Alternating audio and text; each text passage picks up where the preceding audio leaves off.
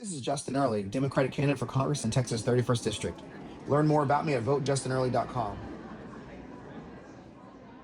All right, gentlemen, if you will go ahead and take your seats up there.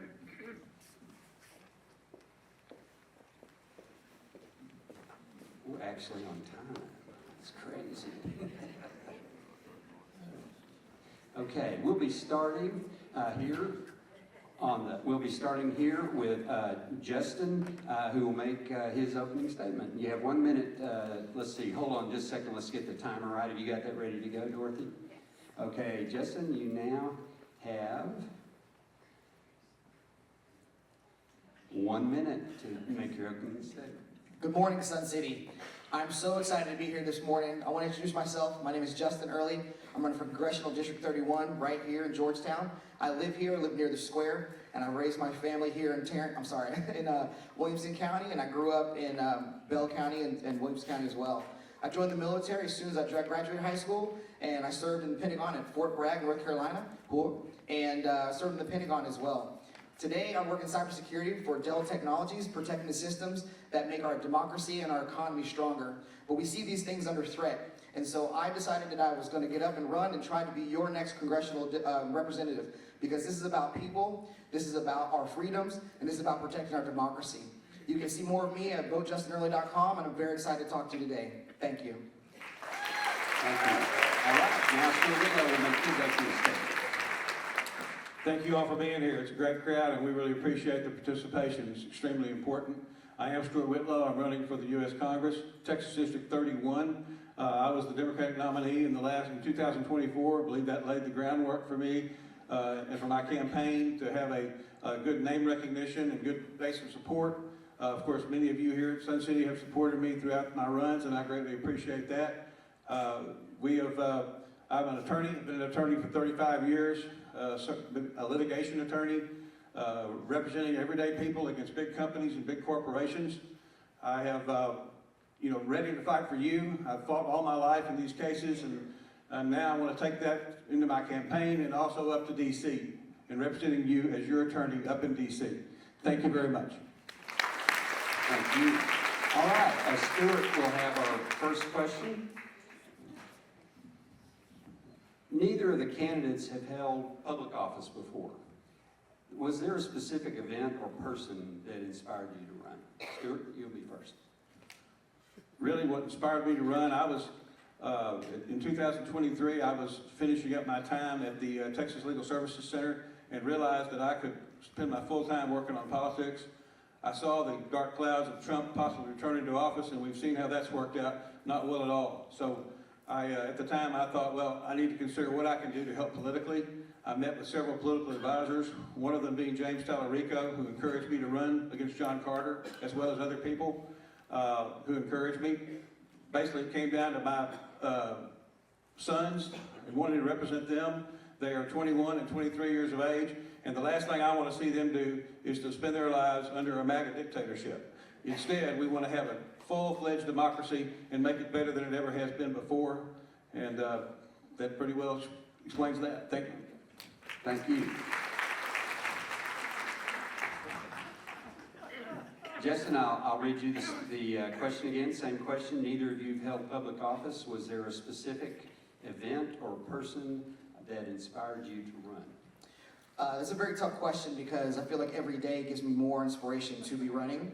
But specifically, I have a very deep faith in humanity, and I'm an extreme optimist. And so when Donald Trump won the first election, I thought surely this wasn't going to happen, and it did. And then it happened again in 2024. And so I hit my dark funk, and I felt it within me. And then it started happening on the news where the Doge cuts were happening, and those other things were taking place. And so that's what spurred me, because I understand how government is supposed to work. When you work for a tech company, you can fire somebody on this side of the equation, and then all of a sudden your balance sheet looks higher. But in the government, you can't do that because you have to balance people on both sides of the equation. If you let go of people or services here, you're going to have more need on the other side. And so the understanding of that happening, because my parents receive over 80% of their money, their monthly check, because they're both retired from the U.S. government. And I saw my parents being at risk for these type of systems, and they're not understanding how these services are for people, they're not for bottom lines. Thank you. All right. Justin, let's see, Justin will be first, Bob, on this next question. Yeah. You'll get the rhythm. You stay there for the next question and then you move on. You'll get the rhythm. Okay. As a member of the U.S. House, should you succeed, tell us which committee assignments you'd seek and why you think you're qualified to sit on these committees. Absolutely. You know, there's a lot there to do. My history of being in the military and protecting systems and being part of critical infrastructure really leads me towards Homeland Security and Armed Forces Committee. Those are the number 1 and 2. Separate of that, though, I have a really big, strong understanding of cybersecurity and AI and where AI policy is. And I want to be able to shape AI policy for our country. And so that leads to the Energy and Commerce Commission as well. But of course, the most important thing when I talk about on my campaign, which is affordability, responsible technology, and defending our democracy, the third one of that is the most important, defending our democracy. And that comes in at the Oversight and Accountability Committee, because that's where we can actually hold these agencies accountable. Thank you. Stuart, same question. As a member of the U.S. House, tell us which committee assignments you would seek and why you think you're qualified to sit on these committees. I will first seek to be on the Oversight Committee, which I think is extremely important, given this Republican Congress laying down to President Trump. We haven't had oversight. That's the first basic thing we need, to be bringing people in with subpoenas, interrogating them, asking them questions, taking depositions, getting to the bottom of what has happened with respect to President Trump's corruption, President Trump's taking over and usurping congressional powers, etc. Also, I really want to be on the Judiciary Committee. I've been an attorney for 35 years. They oversee the courts. For one thing that they do a number of things, but we really need to reform our United States Supreme Court. Obviously, they've been a very big disappointment, and I believe that we need to take steps to expand the Supreme Court so that we can once again have a Supreme Court that is fair and really seeks justice instead of seeking what is good for President Trump. That immigration is also an area that is handled by the Judiciary Committee, and I think that's a very important area. The third one is the Ways and Means Committee. I want to tax people that have all this money, the multimillionaires, billionaires, and I want to give a big tax cut as a result to the middle class. Thank you. All right, so you will go first on this question. Stuart, many of us, we have 2 really amazing Senate candidates running the primary against each other. But many of us who watched the debate between Talrico and Crockett, some of us saw it was very friendly, more of a difference in style than substance. They're both very substantial, but in terms of their differences, style and substance. How will your campaign style help you defeat your Republican opponent in the general election? You have a minute. Yes, I think the first thing I need to show people is that I am a true fighter, and I will fight for you all on the campaign as well as up in D.C. I've been an attorney, as I've said, for 35 years, handling major litigation matters, and have been a very successful attorney. The only way to do that is to be a fighter, and that's exactly what I've done and what I will do for you. Of course, I need to listen to people show them I will listen to people on the campaign trail.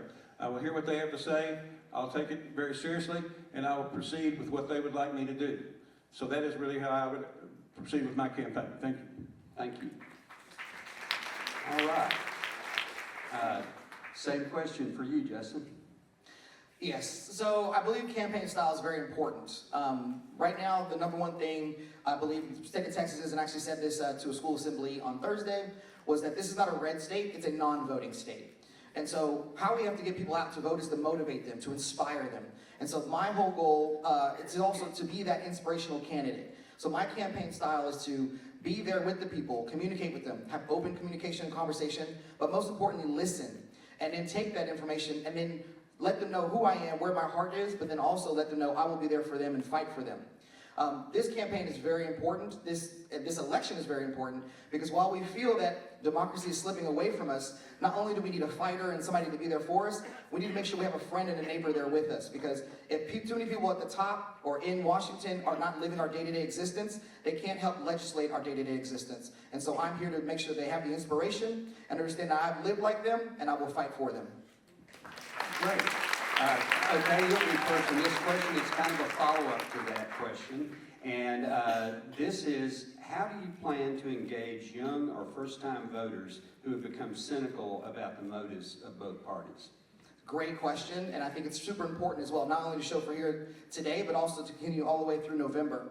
And so, first and foremost, I want to say I'm very proud of, like I said, I want to be inspirational and motivational. I have 2 people on my campaign today who've, one, never had the opportunity to vote because he'll turn 18 on March 2nd, so he wants his first vote to be for me, and he's working on our youth campaign. He's our youth coordinator. And second is a gentleman here tonight who's never voted before, but he's also on my campaign. And I take that so proudly and to heart, because that means that I'm actually communicating with people, I'm connecting with them. To connect with first-time voters, you have to let them know that they're a partner in your organization. They're not just somebody you're talking at, but you're talking with them. When you connect with youth, when you connect people who've never voted before, they want to make sure you have the shared values that they have. And we talk about kitchen table issues, which is affordability, healthcare, groceries. These are things that everybody concerns themselves regardless of what side of the aisle they're on. And that's where I want to walk and talk with them in order to get them on board with us. Great, thank you. All right. Stuart Whitlow, same question for you. How do you plan to engage young or first-time voters who've become cynical about the motives of both parties? Well, I have 2 sons. They're 21 and 23 years of age. That's very important to me, and basically the main reason that I'm running in this office and running for this office. I've been a rec coach throughout my days of rec basketball, baseball. I've always had a great relationship with younger people and my son's friends and people in that cohort. I was just out at Hutto yesterday, or actually the day before yesterday, as the Hutto students had a walkout with respect to what's been going on with the ICE situation, with the unfortunate murders of Renee Good and Alex Pretty. And that group was, let me tell you, extremely energetic and extremely excited. And they guaranteed me that when I was speaking, I asked them, will you be ready to go through November and even if you cannot vote, get your parents to vote, participate in phone banks, block walking? And let me tell you, they had a resounding yes to that question. So I feel like we have an incredible group of young people. I feel like I have really a gift for relating to younger people, and that is, here again, inspired by my own 2 sons. Thank you. Thank you. All right, Stuart, you will be first to answer the next question. Barring a sudden surge from the ShamWow guy, you will likely be facing an 84-year-old John Carter in November. That makes him a pre-baby boomer. How many baby boomers?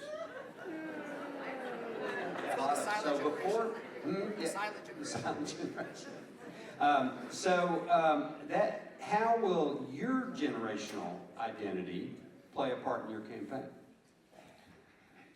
I don't really plan on spending too much time on my generational identity. We have many of you out here today, of course, that are in my generation, and you're very active and you're great Democrats, and we really appreciate that. We also know, for example, that we have a number of members of our generation who are on the Republican side, and Sun City Republicans, who are not doing the things that we think they should do. In fact, exactly the opposite. But I will run circles around John Carter. There's no doubt about that. People will see that immediately. I will outthink him, I'll outspeak him, and I'll show up to events that he never shows up at. So I have no problem with taking on John Carter. I've actually known him since I was 14 years old when he came to Round Rock as a town lawyer when I was born and raised there. And so I'm fully ready to take on John Carter. Thank you. Thank you. All right, Jason, same question. Will your generational identity play a part in your campaign? Yes. I am a Gen Xer, very proud Gen Xer. A friend of mine sent a meme. It said every generation has a blue dog, and they showed the boomers had Huckleberry Finn, there's Bluey, but then my blue dog was Snoop Doggy Dog, and so I thought that was great. If we were only focusing on John Carter, if that was the only person we had to talk to, then yes, that would be a great idea to do. But I believe that there's 766,000 people in this district, and we can't just focus on one individual. We have to focus on all of us, because it's going to take all of our votes in order to go up and forward. If we look at Congress today, it's skewing younger. There are more Gen Xers than boomers, and of course that means there's less silent generation as well, which John Carter is. But also we're getting millennials, and we're getting the first younger people into Congress as well. So we're moving the pendulum that direction, and I believe part of that swing, when we saw with Taylor Remick, we saw with Christian Minifree, people are looking for younger candidates in order to replace the current administration or current people that are there now. All right, thank you. This is also for Justin. If you win the primary, how will you overcome the obstacles of our heavily gerrymandered district in the midterm elections? Yes, you laugh, but actually, I don't think it's that bad.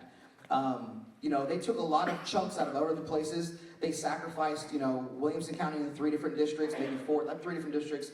The Panhandle is pretty, all selected in one area. But then here in 31, they added they added Killeen back in. And that's a lot of black and brown communities that were previously not represented. And so those are people that I'm speaking to, that I'm actually out in Killeen every single week, 2 times a week talking to them. Because like I said before, this is not a red state, it's a non-voting state. And so while John Carter got scared and frightened from what MJ Hagar did to him in 2018, if she would have ran a second time, she could have toppled over him, but she chose to do something else, and that's her choice. I believe now that Killeen is back in, John Carter may be very nervous because they had to sacrifice Temple, Leander, and Round Rock in order to get the numbers where they were, but that means adding Killeen back in. So part of my inspiration is to talk to Killeen, to get them out there and actually get them to vote for somebody who's going to represent them. Thank you. Great, thank you. All right, same question for you, Stuart. If you win the primary, how will you overcome the obstacles of our heavily gerrymandered district in the midterm elections?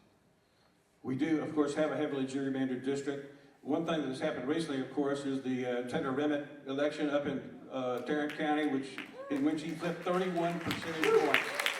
Trump had won by 17, and now Remitt wins by 14, by stressing basically affordability and just kitchen table issues.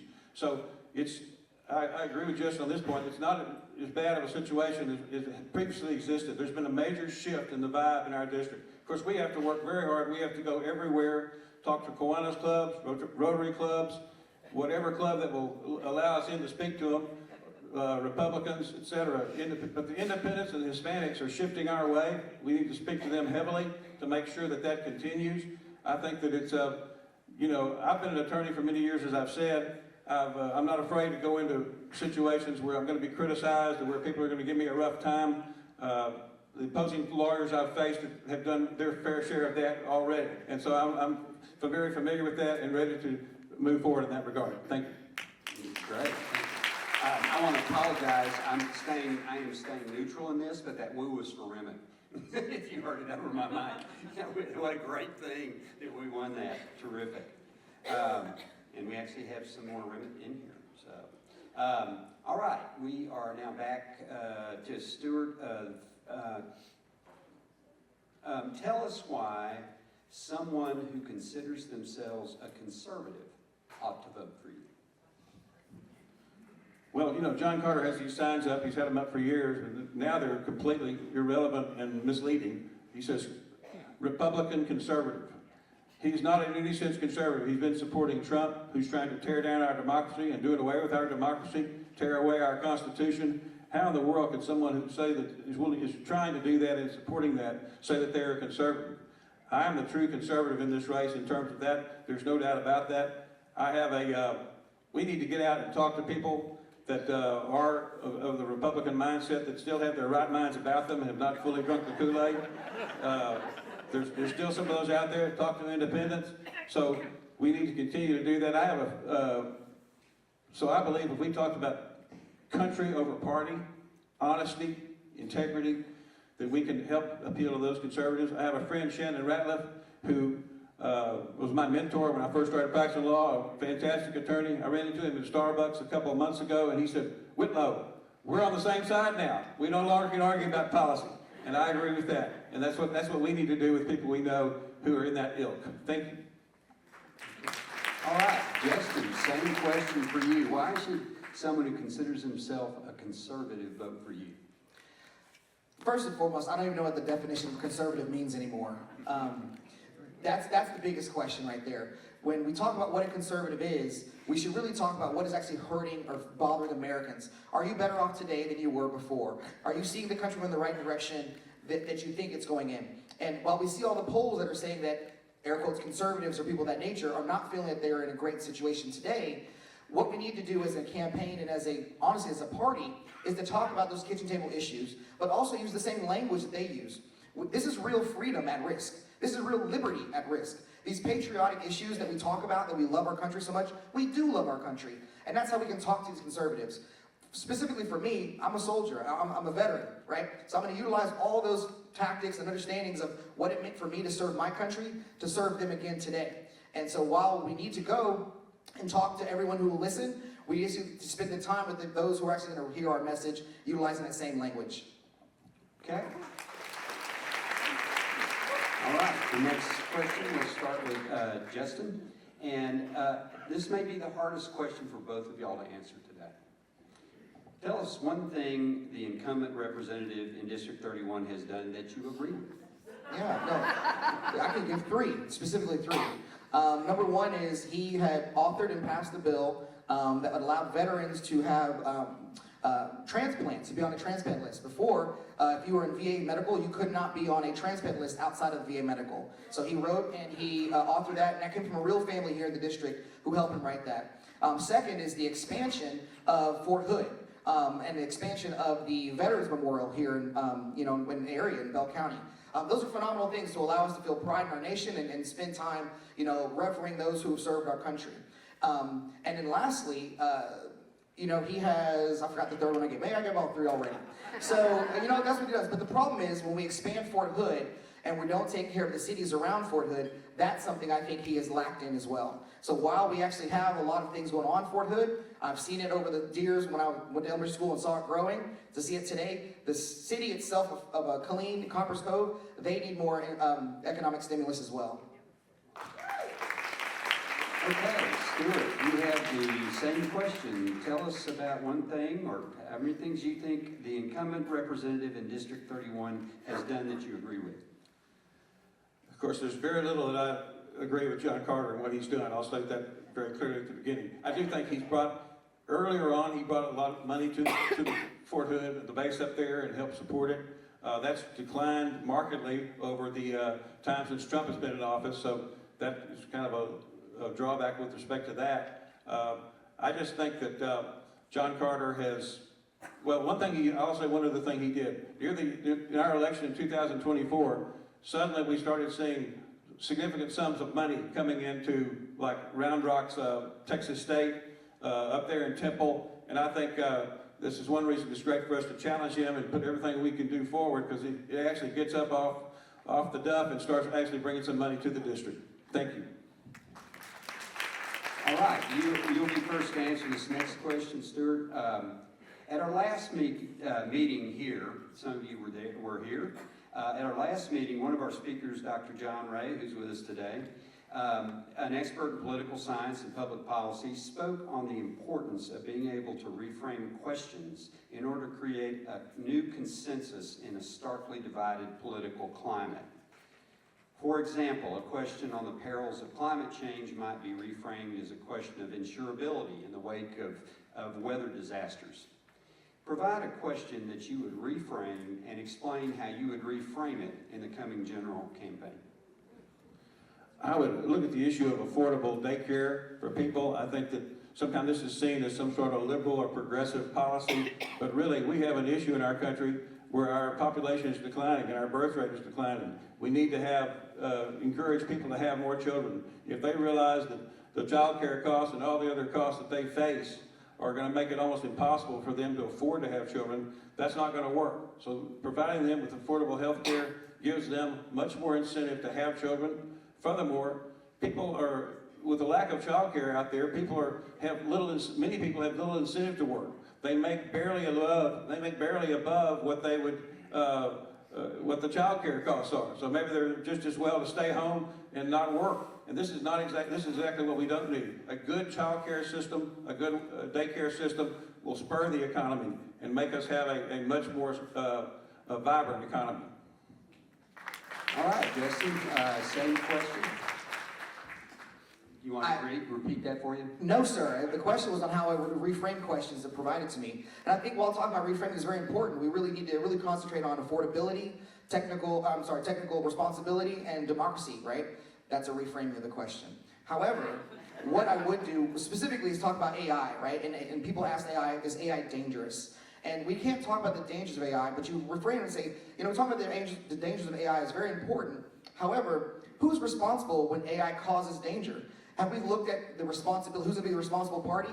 Because if we start talking about who is responsible for something, then you can talk about policies and actually putting them into place. The question of reframing is a great one because it shows how when we as politicians, when we get up there, how we steer the direction where we want it to be. Because if you can't do that, you can't move anything. And that's where reframing is a very important question. So thank you. Thank you. We'll kind of stay in this vein because this idea of reframing a question seems to have led us a little bit into women's health issues. And so the next question is, if elected, if elected, how would you use your office to advocate for women's health and reproductive rights? Absolutely. So I think it's one of the top things to do. In the state of Texas, the number one issue in Texas' minds is healthcare, and women's healthcare is absolutely essential to us living as a species. Period. So number one, how would I use my office is it'd be used to protect, to provide law, and then provide funding for information and programs around women's healthcare issues. Secondly, to be an advocate and to listen to women, to have an open forum, to have women or people come here to discuss with us, but also for doctors. Just this last week, the Texas State, I can't remember which agency did it, put out documents that actually help doctors understand when they can provide legal abortion in the state of Texas. Because as we all heard that women are dying because doctors could not act because they were fearful of what would happen to them. So there needs to be a federal floor, and absolutely that the states have to come up to in order to protect doctors, in order to protect women, in order for us to have women's health care move on to a further, a better state in the U.S. Stuart, you have the same question. If elected, how will you use your office to advocate for women's health and reproductive rights? Well, the first thing we need to do is recodify Roe v. Wade. Make it the nation's law once again. This has been a serious problem, obviously, since the Roe v. Wade was overturned. We've had women basically the doctors are waiting to see how sick they can get. In other words, they have to be near death before the doctors feel like they can move in to help many women that are facing pregnancy problems and problems related to their pregnancies. People are having to go out of state. We need to have on the oversight committee, this is one thing we need to bring in people, depose them, subpoena them, so we get to the bottom of what exactly has been going on across the nation with respect to the overthrow of Roe v. Wade. Of course, women's health is combined with everyone's health. We need to expand these Obamacare subsidies that have been held back. This affects women as well as everyone else. It's costing people tons of money. Many of them are deciding just to do away with their own health care insurance. Many of them women, of course. We need to get those expanded. That battle will, unfortunately, probably still be going on when we get there. So I'm going to attack that very carefully and very hard. Okay. Our next question, I think, is something that a lot of us have on our mind. If elected, what do you think the odds are that you'll be seated without an attempt by the Trump administration, even the Texas state leadership, to discredit your election? If there is an attempt to block the seating of a Democratic majority through force or political violence, how do you expect to respond? I think this is a very, very serious question. You saw with the, right after the Taylor Remnant election took place and he flipped that district 31 points, the next day or two, Trump is talking about nationalizing elections, taking over elections in 15 different states. So I fully think we have to expect them to do what they've been saying they're going to do. I think we have to really gird ourselves and get ready with our courage to be willing to hit the streets in massive numbers, because this may be eventually the only way we can actually stop this sort of power grab and this sort of continuation of this authoritarian movement we're seeing. So I encourage everybody to get ready and fortify yourself for that battle. Of course, we'll go to the courts. I've filed many lawsuits. If I have to file some with regard to the failure to seat me, I'll do that. I'll argue that. I'll prosecute that, as I've done throughout my adult life. So, but the courts, that's with the Supreme Court has gone. That has been a questionable approach. We need to be ready to hit the streets in massive numbers. Thank you. Jesse, same question for you. Let me read that very quickly. If you are elected, what do you believe the odds are that you will be seated without an attempt by the Trump administration and/or the Texas state leadership to discredit your election? If there's an attempt to block the seating of a Democratic majority through force or political violence, how will you respond?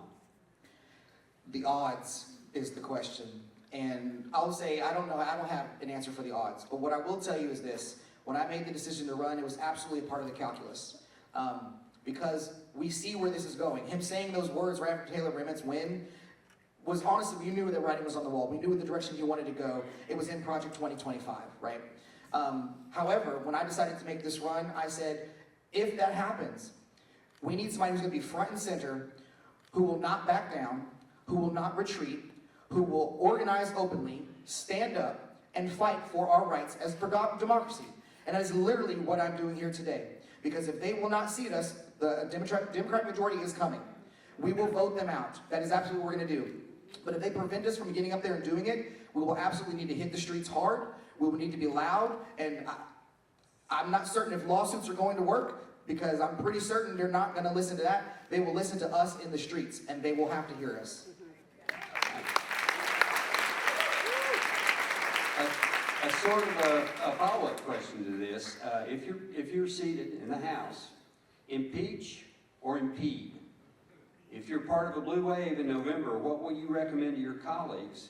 And what are the ramifications of either approach to the current administration? Great question. So as a follow-up, so first I want to say, impeachment is not a campaign tool. It is not a slogan. We should not do that. Impeachment is long, arduous, and takes time. However, on the outside looking in, I see an individual in the White House who has taken bribes, who has committed treason, and who has committed high crimes and probably some misdemeanors. So the evidence is already there. However, during his first term, he's already had 4 House resolutions for impeachment already come up, and 3 of them by Representative Al Green in Texas specifically. And so while impeding would be great to do, we need to get together and band together to impeach. The problem is also we need to make sure we have senators on our side to be the jurors of that impeachment to convict him. So while I will absolutely work to impeach him, until that happens, I will absolutely impede. So that's my answer. Thank you.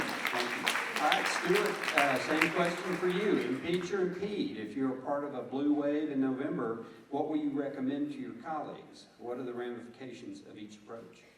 We must both impeach and impede on a very, very vigorous way. I will vote to impeach President Trump. He's he's going way overboard in taking over congressional powers that he doesn't have, and yet he's continually usurped those powers for his own benefit and his own authoritarian movement. He's also should be impeached for the corruption that he's engaged in, these pardons, in which he obviously receives millions of dollars for granting a pardon or lowering someone's tariff rate. Money just keeps flowing into him, and he's probably made billions of dollars since becoming president as a result of this. And so we need to impeach him. We need to impede him. One of the first ways, we've discussed already, the Oversight Committee. Continually bring in people, make it clear to depose them, interrogate them, collect information from them so the American people can see exactly what's going on in this country and will rise up in every way possible to stop it. So the next question is also for Stuart. Taylor Remnitz's name has come up a couple times, and we're all excited about the possibilities. If you're part of a blue, he recently won in a ruby red district, and that tells us change is possible. What did you learn from his success that you can bring into your campaign?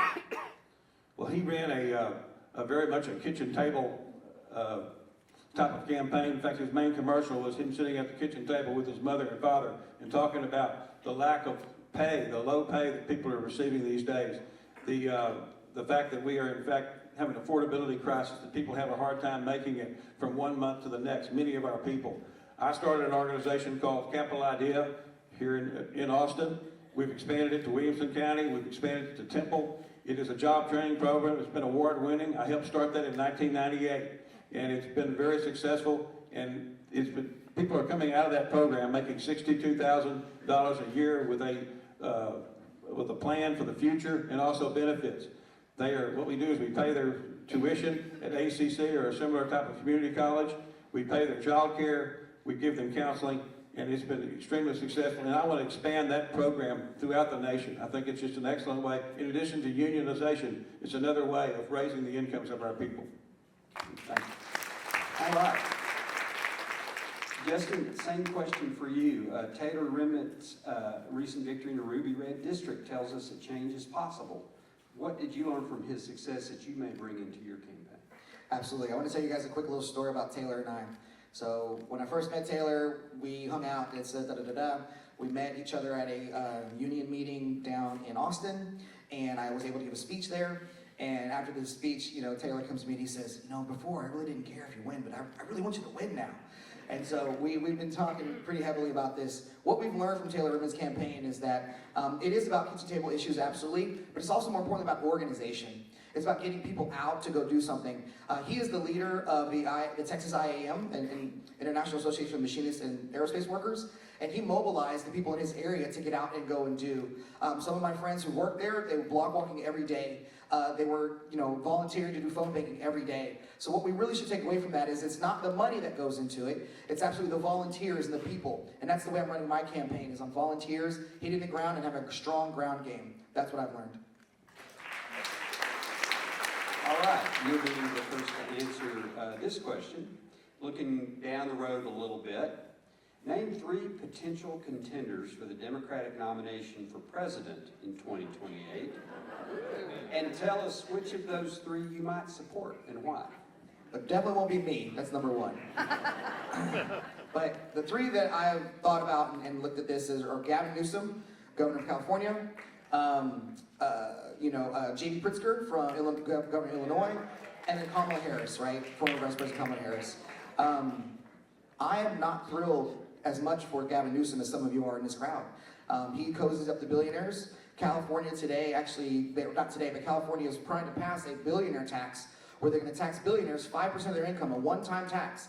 And Gavin Newsom stood up and said, he will do everything in his power to fight that. I believe most of our problems are because these people have too much money and we need to tax them. So I'm not really thrilled about him. I love his memes, but I'm not thrilled about his policies. Kamala Harris, while she did a great run in 107 days, did not make it. I want to see more of a future vision from her before I get behind her. But J.B. Pritzker, I love what he did in Chicago. I love what he did for the state of Illinois, standing up for people and standing up against ICE. So if I would put my vote behind anybody right now, it'd be J.B. Pritzker. All right, Stuart, same question for you. Name 3 potential contenders for the Democratic nomination for president in 2028, and tell us which of those 3 you might support and why. I was proposed Gretchen Whitmer, the governor of Michigan, as well as Governor Pritzker of Illinois, and Gavin Newsom as the 3 front runners as I see it right now. I would support Gretchen Whitmer. I saw her speak in the Democratic State Convention last summer. She was tremendous. I think she's had she's come under some criticism for trying to take care of her state and try to maintain some kind of a relationship with the crazy Trump in order to keep her state on keel. But that's understandable. I think she can easily overcome that. She's a tremendous person and a person of great integrity. I just think that I agree that there's some problems with Gavin Newsom, although he could as well be a great candidate, as could Pritzker. And whichever one is decided upon in the Democratic primaries, you can bet your life that I will be supporting them with everything I have. 100%. All right. What does polling say about your chances of winning your general election race, and what do you think of the polling? We are going to, in the general election, once it begins, we plan to have a vigorous polling process going on so we can fully understand where the state of Texas and the people in our district are currently. We pretty well know where the Democrats are right now. We haven't done much polling other than meet with them constantly and hear from them to find out where they are, including you folks. So that will be a very important part of our general campaign strategy. Vigorous polling, finding out where. I think as we've talked about, our district is changing. The state of Texas is changing rapidly. We need to find out where Hispanics are, independents, moderate Republicans who still have their heads screwed on straight. And then after that, we need to be very vigorous in our campaign, to our canvassing campaigns, our field work, needs to be extremely aggressive, and that's exactly what we plan to do. Justin, same question for you. What does polling say about your chances of winning your general election race, and what do you think about the polls? Yeah, it's a great question and very valid. So similar to Stuart, we have not run any professional polling. We have done door-to-door polls. We did 2 of those while we're block walking. And so while we're seeing people who are very leaning strong support, we definitely know where the Democrats are, and not all those were Democrats that we've knocked the doors of. However, we do have a polling group on the staff or on as a consultancy for the campaign, and what we're taking from them is what they're seeing for nationwide polling and what it looks like over this blue wave, what's going to happen. And like I had stated before, it's definitely looking like younger, more progressive Democrats are winning. That's where people want to see. They want to see the energy. They want to see the mobilization. They want to know where their people are coming from to represent them. And so while we don't have professional polling today, we're absolutely set up ready for it to do that early on once we get past the primaries. And then we'll probably do 4 more throughout the entire process to make sure we're aligning with the people where they're wanted to be. Thank you. All right. We're running close to the end of our time, so I'm going to go ahead and move into the questions that were written specifically for each of you. I mean, I think we could switch them, but it's what I want to do is get you to answer these, and then after that we will go into closing statements. We'll trade just as we have for the questions, and we'll do that. So this one is for Justin. Is Donald Trump the cause or just a symptom of problems inherent in our system of government? He is a result of the systems that are inherent in our government. These things did not start with Donald Trump, and they will not end with Donald Trump. One book that I had read, it was called Tyranny of the Minority, and it states in there that Donald Trump did not hijack the Republican Party, he best understood it. And so when you have that mentality, you understand that Donald Trump is not the true enemy. We need to get together and gather all of us to fight these ills and these evils that are in there. He's definitely the one taking the most advantage of it. He's definitely the one who's most vocal about it, but he is not the cause, nor is he the beginning of all these things. He's absolutely making it faster, making it worse. And so while I'm out here on the campaign trail, I understand what we have to do to talk to people to get past those things. Because these are things I've been dealing with my entire life. I like to joke, I don't know if you guys know this, I'm a black man in America. You know, it's not shock, right? Talking to people who don't want to talk to me is my entire life. And so while I've been dealing with this for 45 years, I'm prepared to take that further when we get there. He is not the cause. The whole system is. Thank you. All right, and this is a unique question for Stuart. Given that you're trying to unseat a 13-term congressman, and that you, if you win, will be a first-term congressman, do you support term limits? Explain your answer. I do support term limits. I think that, for example, I think I would limit my term to my time in Congress to 8 years. I think that's enough time for one person to serve and actually make a difference, to learn the system well and do it. So I'm fully in support of that. I support term limits for the senators as well. I think that we have people that have hung on way too long, way past their time, and we need to make sure that that does not continue in the future. So, and the main thing we need to do right now is put a term limit on John Carter. Obviously, he's a prime example of 13 terms, 24 years, however long it's been, of someone that needs to go. And I think people across the district are realizing that he really does need to go. Republicans of the moderate nature, independents, Hispanics, and of course, Democrats. Thank you. I believe, did you take the first question, Justin? Okay, let's let Justin go first here for the closing argument, and then we'll let Stuart go second. So your closing statement. 1 minute. Thank you very much. I just want to say first off, this has been phenomenal. I hope you guys enjoyed listening to us, because I've absolutely enjoyed showing you who I am and communicating to you how I believe not only can we win past the primary, but actually flip this seat. It's going to take a lot of us to do these things, and one thing I had said, Stuart and I actually had an opportunity to speak with the Austin American Statesman, and they asked, you know, what is it going to take to flip this seat? And it's going to take 3 things. It's going to take the math, the map, and the motivation. The Republicans gave us the map. That's where we had said earlier, is it gerrymandered or not? They gave us something that we can actually work with and move on here in 31. It could be a bright blue jewel in the middle of Texas. The math, it's there. We have to motivate people who are not voting, who are not going out, and I believe I'm that candidate to do that. And like I said, the motivation, I have the motivation. I want to mobilize. I want to get them out there in order to beat back the retroists, the racists, any other R's we can think of, because right now, this is the most important election in our timeline, because this is our generational test, and I'm here to come up to it. My name is Justin Early, and you can find more of me at votejustinearly.com. And like I say, vote early for Justin Early. Thank you. Thank you. The closing statement.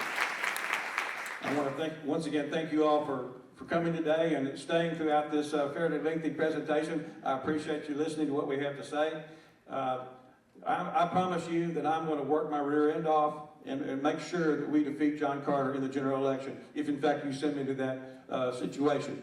This is a very serious moment. Even if we win, and I think we will certainly win, I really believe that, but we're going to have to probably do whatever we can in the streets to make sure that that victory allows us to be seated in Congress. And I'm sure you folks will be willing to do what you need to do. I'm going to be willing to do what I need to do. I'll be right out there in the front lines. As I've said, my sons are not going to face, and their friends and their cohort and these young people who are so fired up, particularly about the ICE situation now and maybe other issues by the time the election comes.